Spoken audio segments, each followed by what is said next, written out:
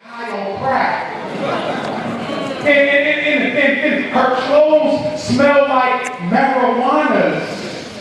And I remember Raheem, he didn't come to school with the same dirty school uniform on. I don't want to get Shaquita in trouble, but I'm a teacher, which means I'm obligated to tell you if I think a child is being neglected.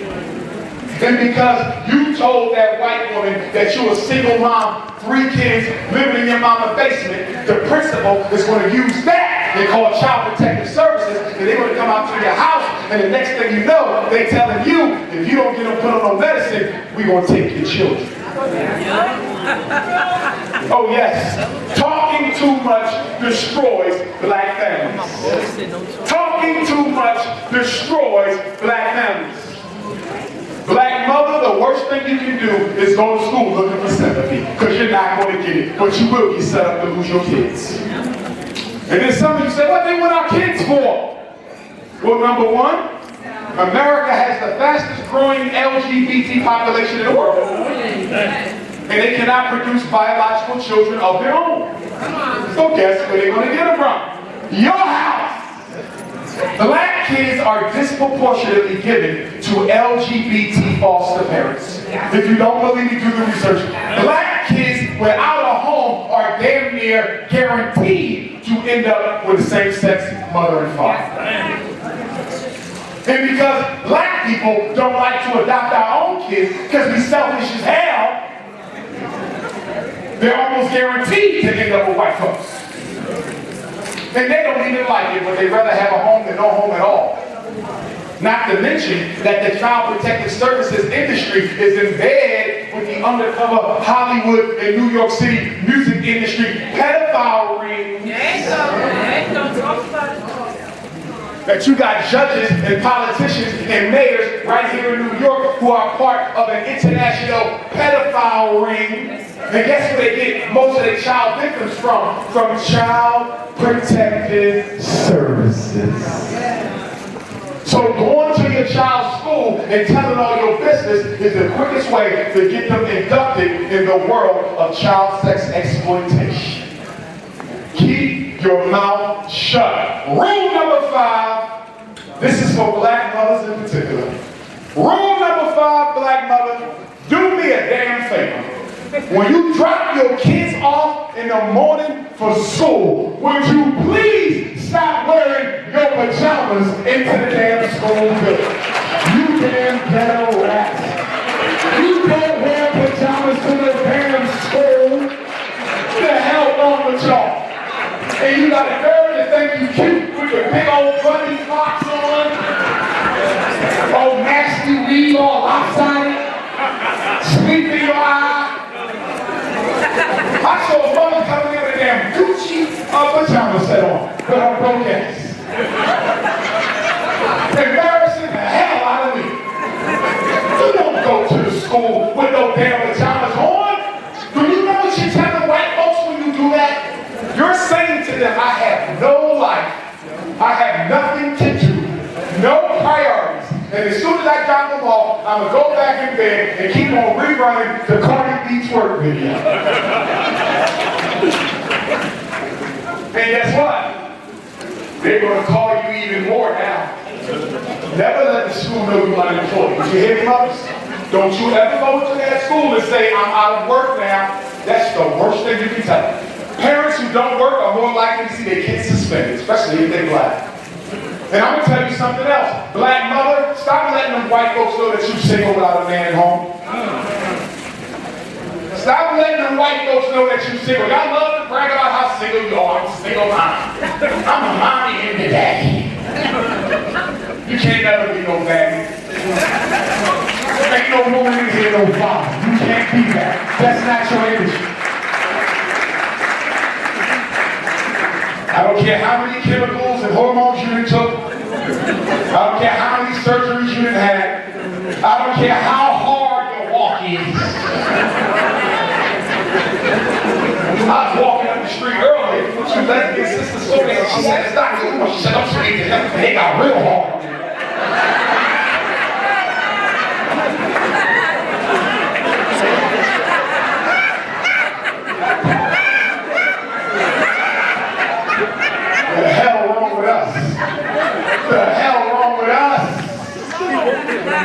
Ain't no mother, no father. And ain't no father, no mother. Listen, God, supreme consciousness, set up the universe in a perfect balance of masculine and feminine image.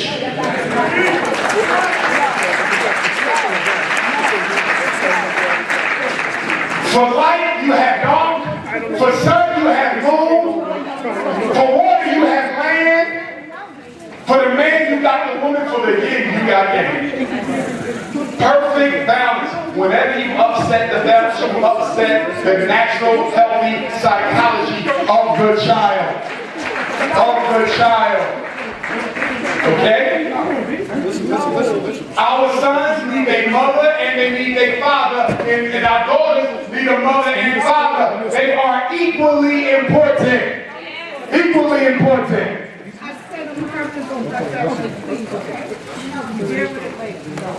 Now, my mothers, I know you love your sons and I want you to. But don't love them so much that you forget to raise them. Too many black mothers are loving their sons and not raising their sons. You're turning him into the same type of man you would never want to marry yourself. Stop saying we ain't got no good black men. The reason we ain't got no good black men is because y'all ruining the boys, some of you. Your daughter, she's responsible. Your daughter, she's hardworking. Your daughter, she got a job, she got a scholarship, she's on the cheerleading club, and then look at his ass. Raheem is only 12 with 15 tattoos already. He talks to his mother like she's dirty, and you let him do it. You know why? Because when a woman don't have a man in her life, she won't be upgrading her oldest son as her mate.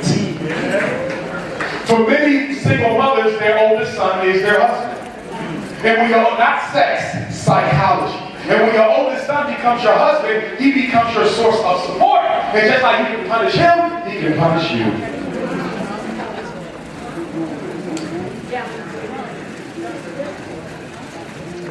No more pajamas at school.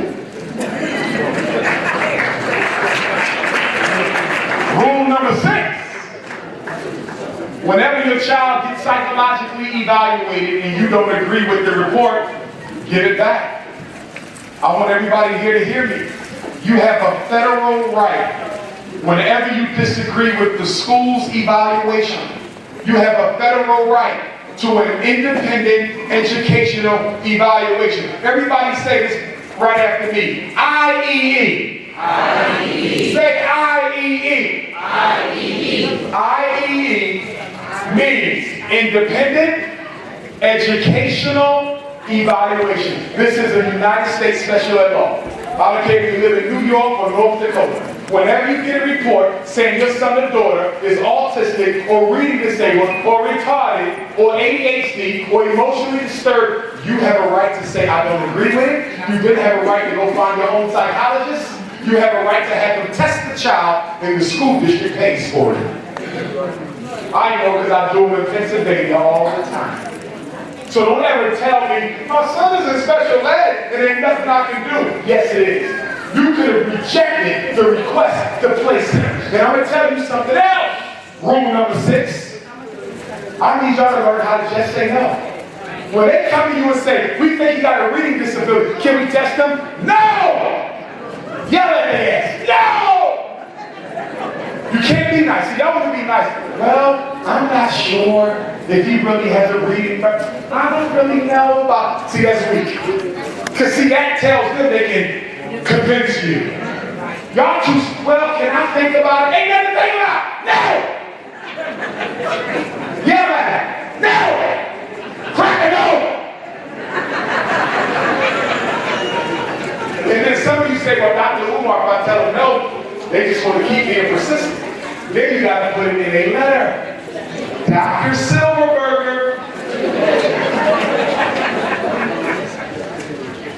Mrs. Betty Spoonbellini keeps bugging me about getting my son tested. I done told her 2 times I don't want no evaluation. So I'm writing you as the principal of the school, and I'm asking you to please stop your teacher from harassing me. My son is not being tested for special ed. The only people who need special ed in this school are your teachers. Are y'all following me?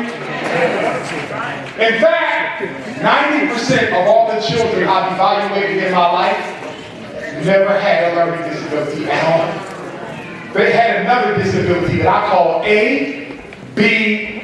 Everybody say ABT. ABT. ABT. And guess what that stands for? That's Dr. Umar's diagnosis. And it stands for, he's not reading disabled. He just ain't never been taught. You ever heard of that? 3rd grade, reading disability. Let me see who the teacher was in 2nd grade. That's right. 2nd grade, math disability. Let me see what school he was at for kindergarten. Because kindergarten has become daycare. I don't know if y'all know that. They're not even teaching kids how to write their name and colors and letters and numbers and signs. They don't teach them nothing. They sit there and they watch SpongeBob and fill out photocopies all day. Listen. If your child is in 3rd grade and they're struggling, get them a tutor. You don't give them an IEP. Because once you put your child in special ed, the longer they stay in special ed, the more they look like they need it. The longer they stay in special ed, the more they look like they need it. What do you mean, Dr. Umar? I'll give you an example. Your daughter is in the 6th grade. She's reading on the 4th grade level. First of all, if she was my daughter, she wouldn't even be getting tested. Why not? She's 2 grade levels behind. Really? How about most of the kids in the Bronx who are 2 grade levels behind? Who the hell chose my baby to go to special ed? Are y'all following me? Listen, I'm not saying being 2 grades behind is acceptable. It's not. We believe in black excellence. We believe in black excellence. We believe in black excellence. But what I'm saying is, if most kids in black school districts are 2 grades beneath level, shouldn't we be coming up with an intervention for the whole school? That's right. Why are we coming up with an intervention for one kid? And by the way, my Bronx parents, if I'm the first to tell you, special education is not a program. Special education is a business. And special education is a business of making money off of lazy black kids who we never taught in the first place. Oh yes.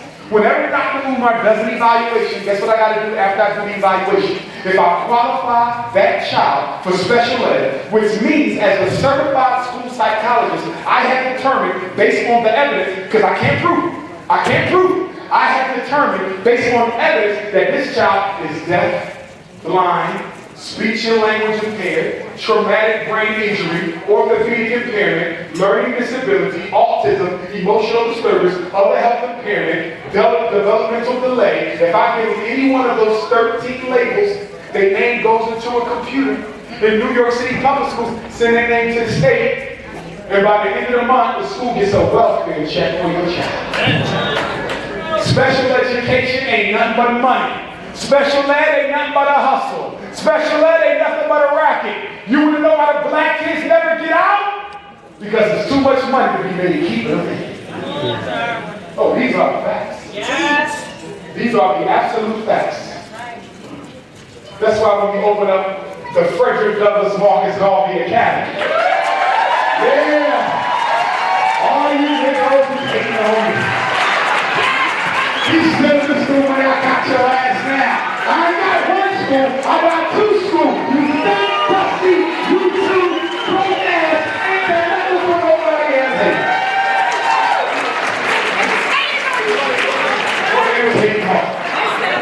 Well, let me ask you a question. Who in here stood strong with me through the hate? Who stood strong with me through the hate? One love. Oh yes. We got us some school brothers and sisters. And the haters ain't stopped there. Now they said I made it up. They said I broke into a building, hired a film crew, put on the stove.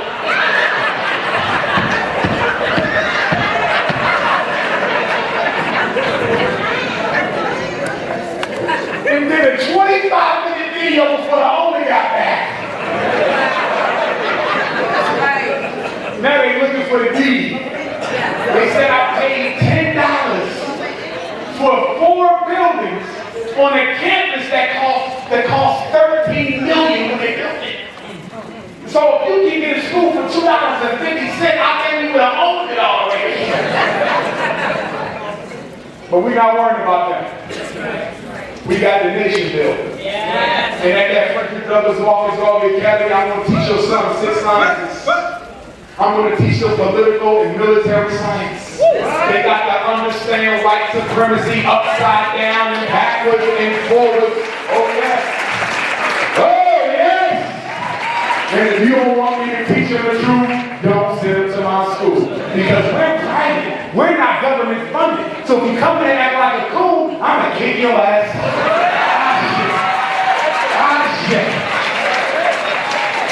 So while we at it, what's the 3 rules of white supremacy? Because y'all need to learn this too. See, you didn't graduate from the Frederick Douglass Walker's Army Academy. You graduated from the We Hate Black Kids New York City Public School. What's the first rule of racism? First rule of racism. First rule of racism. First rule of racism is all white people are racist. That's right. Look how quiet it is today as you get on this one. Look how quiet.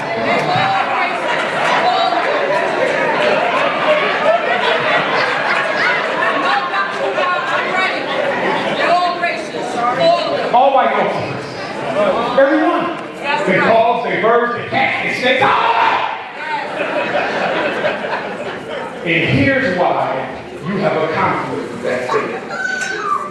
You have a conflict with that statement because you believe racism equals racial hatred. When I say all white people are racist, I didn't say all white people hate black people. In fact, the best racists love you. They speak with your women. They speak with your men. They play hip hop. They know how to twerk. They got businesses in your neighborhood.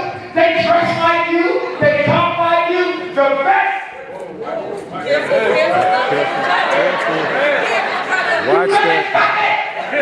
The best racists know how to imitate black folks. That's right. Here's what I need y'all to understand when I say all white people are racist. Racism is not about hating black people. Racism is not about wanting to exterminate black people. You got white people who hate blacks. You got white people who want to exterminate blacks. Not every white person wants to exterminate you. Not every white person wants to hate you. So why do you say they're all racist? They're not what you are. Because racism is not about hate. Racism is about control. Every white person in New York loves the white privilege that they live on. Yes. And they have no problem with you suffering in order for them to enjoy it. That's right. Racism ain't got nothing to do with hating. It's all about power and control. Those white women who got Bill Cosby locked up, they sexed him up, took pills with him, got drunk, but at the end of the day, when they old white man called them up and said, would you do us a favor? That's right. That's right. They did it. You saw with Ezekiel Elliott, the running back for the Cowboys, when he got in trouble last season. He heard his white girl told him what he said. She said, you're black. They're not going to believe you even if you make $1 million. Oh yes. Racism ain't about no damn money. I heard a Negro say the only color matter is green. But who makes the money green, you coon?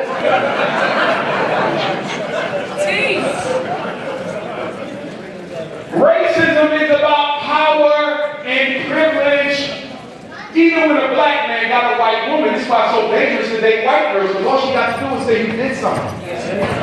You know how many black athletes I know who lost their full scholarships in college because the white girl got mad and accused them of rape? White girls know they got the upper hand even when you on top of them. Yes, Negroes. And you got black men talking about I don't date black women because they take too much money. Look what the white women are doing in divorce court. Did y'all see RG3? Yeah. This Negro broke and his white wife said she needs $16,000 a week to live. I hope she get a butt implant or something. Brothers and sisters, if we want to save the black family, we got to save it ourselves. And black men and black women, we got to stop all this hating I'm seeing on YouTube. The black woman is knocking at the black man, the black man knocking at the black woman. We're supposed to be fighting together. And if you think the black man is who he is because he's lazy, you need to do your history. Two-parent black families were the norm in this country from the day we got here. Even in slavery, when it was illegal to get married, we still married. When do you see the rise of the single black female-headed household? 1970, not 1865. We was married through slavery. We was married through Jim Crow. We was married through civil rights. So how did we get here, Dr. Umar? Let me explain it. 1968, they killed Dr. King. Why did the FBI kill Dr. King and how the Italian mafia do it? They killed Dr. King because Dr. King was about to get involved in economic empowerment of Africans. They said integrating lunch counters is fine, but this nigga was talking about the only thing that can ever save black folks from government intervention, and that's redistribution of America's wealth. Don't talk to me about being an American citizen. Don't talk to me about being equal. Don't talk to me about being free until you redistribute the wealth. Dr. King was going to lead a bread basket march. He was going to bring full black, full white, full Mexican, full everybody. And they was going to go to Washington, D.C. in the fall of '68. And they was going to build a tent city.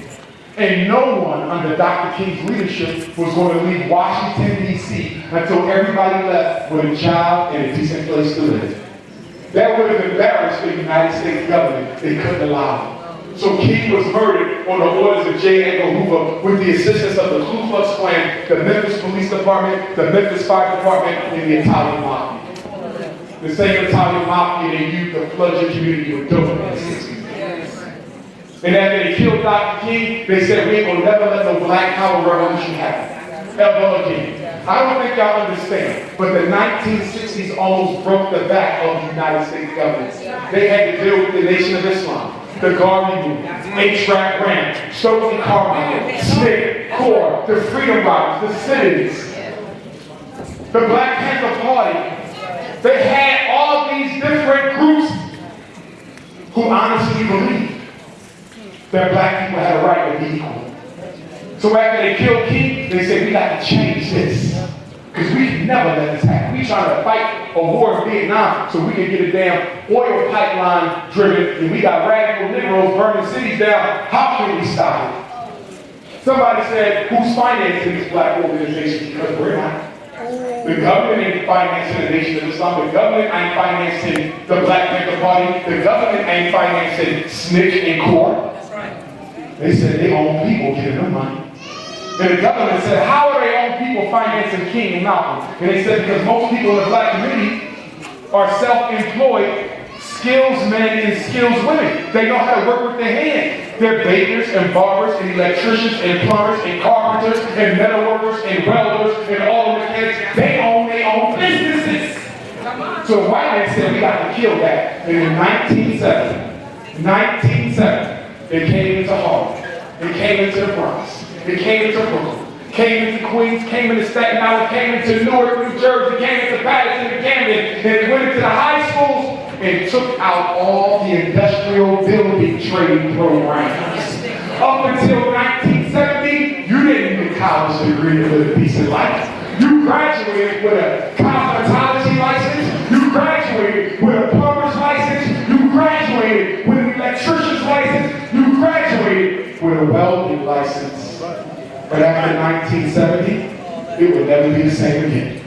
After 1970, they would tell every last one of you to send your kids to college. And as a result of that, everybody in this room, me included, been going to college. Because somebody told you, if you want to be successful, go to college. So you go to college and you get your associate's degree. I got my associate's. Go get your weed on, your cap and gear. Then you go looking for a job. You don't have enough credits under your belt. Damn, go get bachelor's. You go get your bachelor's. I know I can get a job now. You don't have enough liberal arts, so you don't see enough math courses. I'm sorry, you're about 3 credits short. Get a master's. You go get your master's, go back. I'm sorry, we changed the requirements for the job. You know what I'm gonna do? I'm just gonna get my doctorate. I'm tired of this practice. You got your PhD. You know you're good now. Magna cum laude, PhD in grasshopper reproduction on the moon. I know I'm gonna get the job.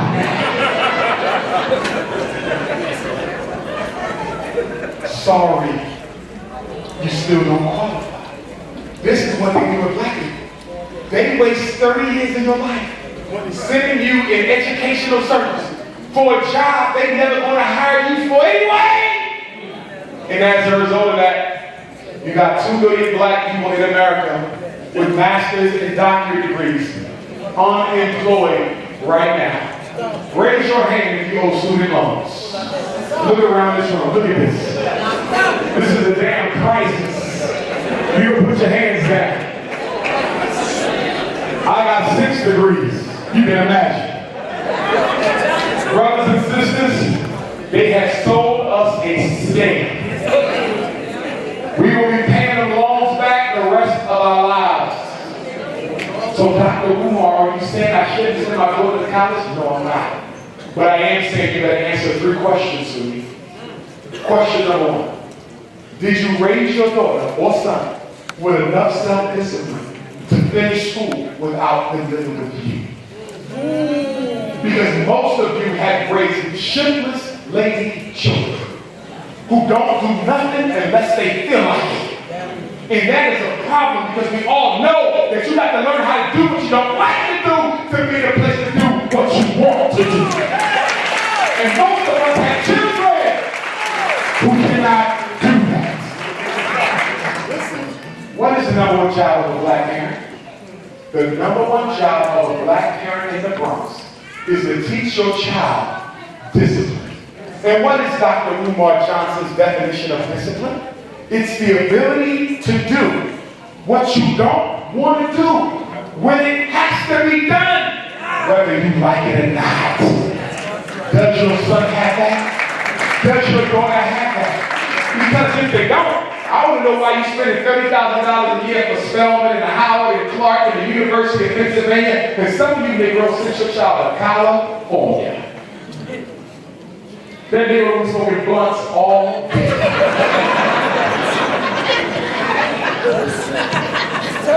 So question number 1, do they have the discipline to finish? Because I'm seeing too many black kids flunk out after 2 years, come home, no degree, $50,000 in debt.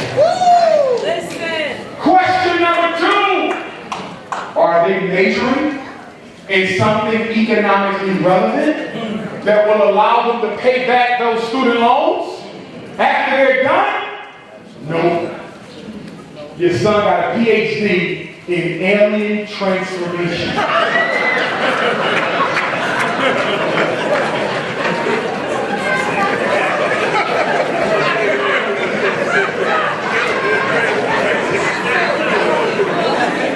Who the hell looking for a damn alien worker? I met a Negro, he had a master's degree in liberal arts. I said, which one? He said, it ain't one, it's just liberal. I said, you're going to be so liberated, you won't even have to get a job. Make sure what they major in is relevant, because these colleges in New York City are very, very manipulative. Only 20 programs matter. The other 30 are only used to pay bills. You ever be looking at the back of the public transportation bus and they say, we have a new master's degree in community organizing. Excuse me. Where black people get organized? And then you look at the professor. Who's the professor? A white person. Dr. Chin Young Wak.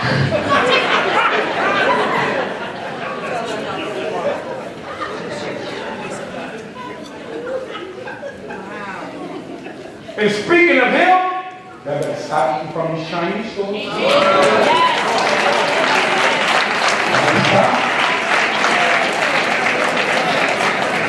I'm telling you, I believe that the Food and Drug Administration is in bed with the Chinese stop and goes.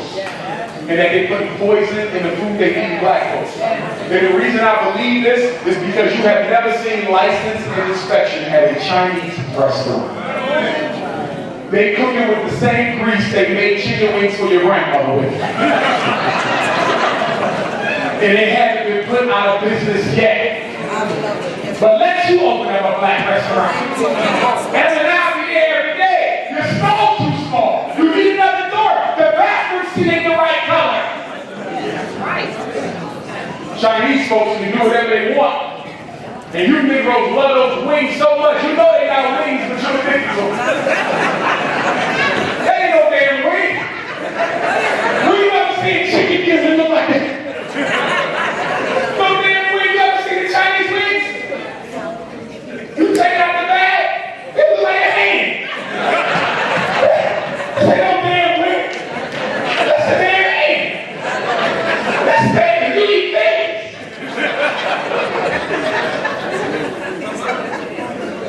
You know Chinese chicken tastes like no other chicken. Tell me I'm wrong. You buy a piece of Chinese chicken, taste like a Slim Jim. They don't get me started that rice and gravy. What's in that gravy? All the leftovers is in the gravy. And you raise your whole family on finger wings and funky gravy. And you know what's sad? I was in China, and they are racist as hell. Listen, in China they don't have no civil rights there. So guess what? This place is in China, black people can't. Guess what? This store is in China, black people can't go into. Guess what? This nightclub, we outside, and I don't party because I ain't got no rhythm. My white ancestors cursed me. But we was about to go to the club. And the brother said, Doc, we can't go over there. I said, what? He said, black people can't go there. I said, what? He said, that club don't allow black people. The Chinese are racist. And guess what they do? Because they're not used to seeing black people in real life. If you ever go to China, I'm telling you that, you're going to be smacking a lot of Chinese people. Because they will pull out their phone. Don't ask your permission and take your damn picture.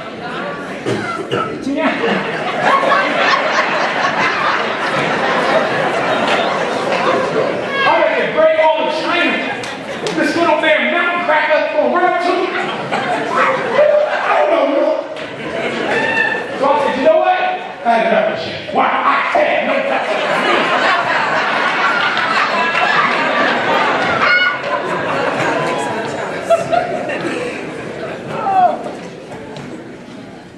Black parents. At DMG, you got to teach our kids stock market, investing. I want them to understand interest in banking, penny stocks. Every child will have a bank account. Every child will have a penny stock account. Every child will have a business plan, not ninth grade or fifth. That's right. Yes, yes, yes. Because I'm sick and tired of us being wage slaves. Yes. And along with political science, we got to teach black children about the black bourgeoisie of New York City. Please. See, remember now, first rule of racism is all white people are racist. Yes. Second rule of racism is white people don't share power with black folks. Did y'all hear me? White people don't share power with black people. Let me give you an example of what I'm talking about. 10 years ago in Harlem, they said we're going to build a Harlem for everyone. You should see it today. Now live in Harlem today. Oh, I was crying coming. White folks don't live with black folks, they move you out. Yes. Because white people don't share power with black folks. If you don't believe me, name me a business that white folks have ever owned equally with black folks. They don't. Wow. They don't. That's true. Russell Simmons used to own that jam. Not no more. Right. Famous Amos Cookies, he used to have the cookies. Not no more. White folks, when you hear Negroes say I'm going into business with a white man, you know you just better cool. Right. And you take it. What's the third rule of racism? The ends justify the means. We will poison your water. We will give your women dirty birth control pills that we know lead to all sort of fibroid tumors. We will pump AIDS and Ebola West Nile. We will give your sons this measles, mumps, and rubella shot that we know causes autism. Talk about it. White folks will do anything to get rid of you because what's the reason of racism in the first place? White genetic survival. That's right. They have to control you to make sure they can survive. Because one black man in a nation of white women can turn the color of the people tan in 50 years, brown in 75, and all black in 100. Yeah. See, black men always ask me, Dr. Umar, why do they hate us so much? Brother, you don't understand why? That's right. You ain't got to have no money, no job. You can be homeless, 2 strikes. But guess what? You have a white man, Chinese man, Arab, East Indian, and African. They can have all the money, all the businesses, but guess what you got that none of them got? Genetic superiority. That's right. Yes, yes, sir. You make a baby with a Chinese Black woman, it's a black. You make a baby with the East Indian woman, it's black. You make a baby with the Anglo-Saxon woman, it's black. The black man is the only man on the planet who has 100% genetic superiority.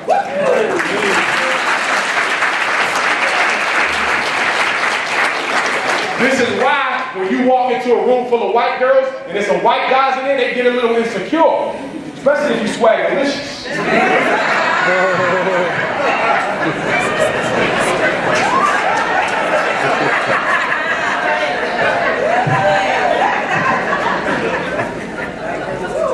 White men start shaking because white women have a natural attraction to the black man's melanin. Yes, they do. It's natural.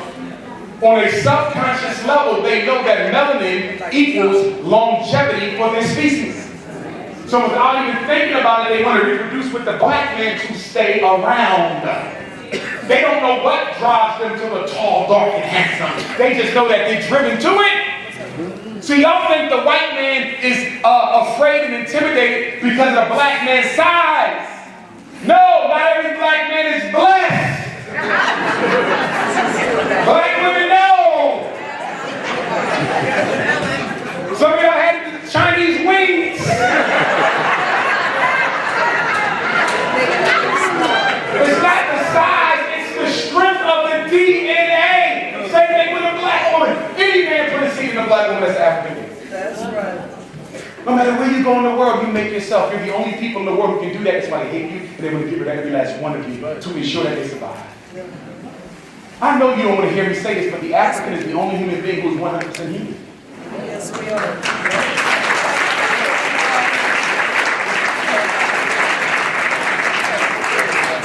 All of the other three, the ice cracker, the sand cracker, and the mountain cracker, They are black.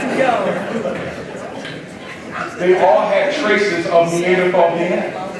All of them. They are cousins. All 3 of them.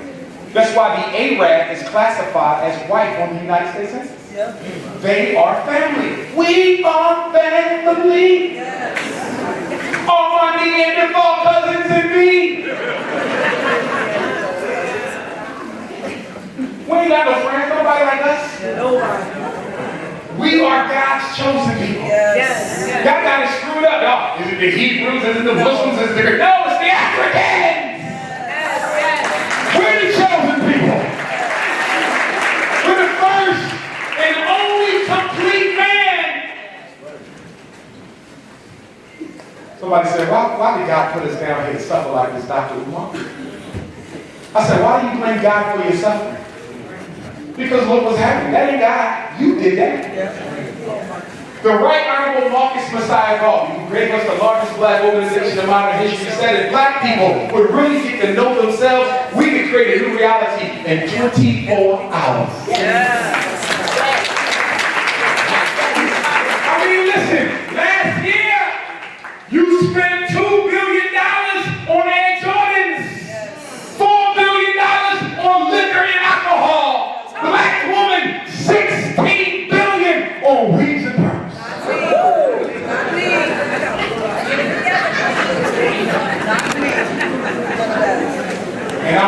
knocking no black woman in here with a Reid and a perm system. And let me tell you why I'm not knocking you at all. First of all, I love you whether you permed or not.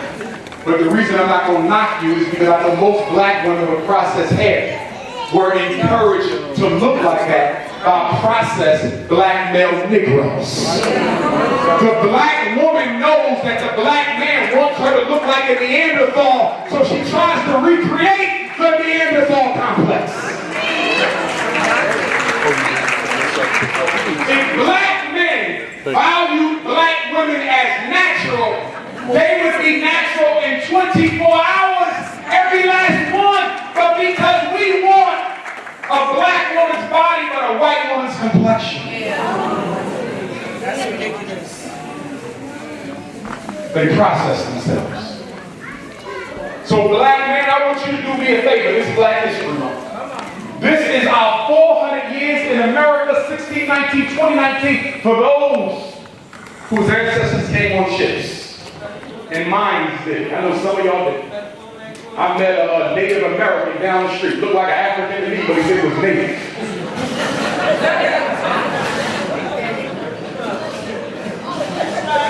He must have had a blunt. I said it's amazing you Negroes are so native because if you go to check out with the 5 major Native American tribes, every last one of them, because you know they got these reserves with casinos on them. Did you know that every last one of them wrote into their charters that no African American can claim any type of right to the wealth of their reserve? They wrote your ass out. You running around, silly ass. A large socket on this side. I met a Negro said his name was Chief Tomahawk. Thank you, good brother. He had on some Gucci, a Louis bag, and some skinny jeans. I said, your ass, your name is Chief Tomahawk. Thank you, good brother. Brothers and sisters, I'm not voting for no more black folks unless they can answer 3 questions for me. If I lived in the Bronx, I wouldn't cast another ballot unless the candidate can answer 3 questions for me. I don't care if you live in Philadelphia, Florida, New Jersey, Harlem, or Queens. 3 questions. Question number 1.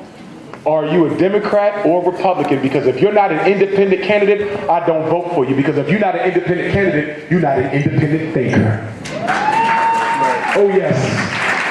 You want to know why the black politicians in New York City don't do nothing for you? Not all, you got a few exceptions, but most of them are sellouts. You want to know why? Because they all belong to the Democratic Party.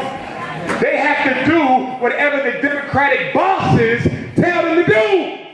Because they have to be part of the team, the white racist team. And the Democratic Party don't care about black people in the Bronx. So if you vote for black Democrats, they don't care about you either. That's right. I only vote for independent black candidates. I only vote for independent black candidates. You want to know why they don't do nothing for you? Because they get their money from the Democratic Party.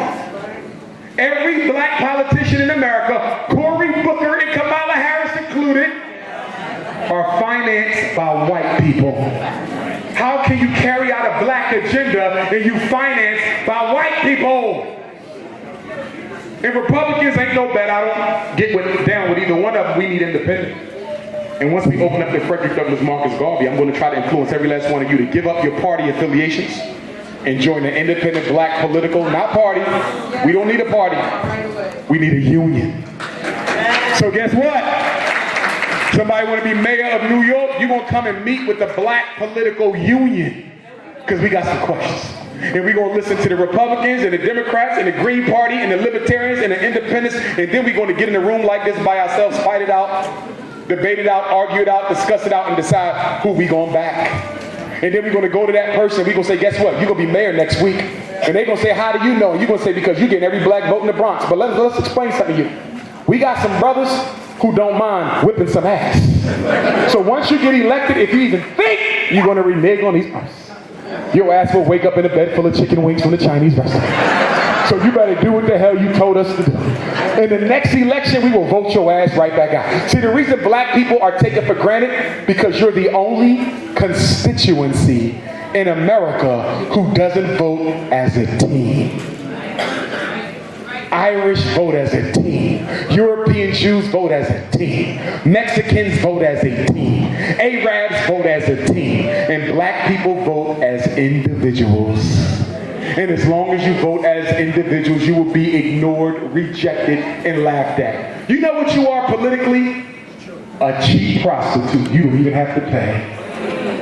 They come and get your vote every 4 years, send you away, and then 4 years later, they go find some Negro to scare you enough. Notice how black people are motivated to vote through fear. Everybody else is motivated to vote through gains. Jews don't vote because they're scared. Jews vote because somebody told them they're going to promise them something. Arabs vote because somebody said they're going to promise them something. Homosexuals vote because somebody said they're going to promise them something. Black people vote because some Negro paid by the Democrats made them so scared that if you don't vote for Hillary, you won't get nothing. And then you said, but Trump, Hillary ain't gonna give me nothing. Trump ain't giving me. I know, but at least it's the lesser of the two evils.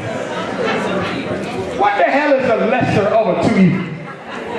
It can't get no worse than Barack Obama. Don't get quiet now. Don't get quiet now. You Negroes love Obama. I keep asking my Obama maniacs one question. I ain't got an answer yet. One question. Can you name one thing? One thing Barack Obama did exclusively for blacks? I can name 3 things he did for homosexuals.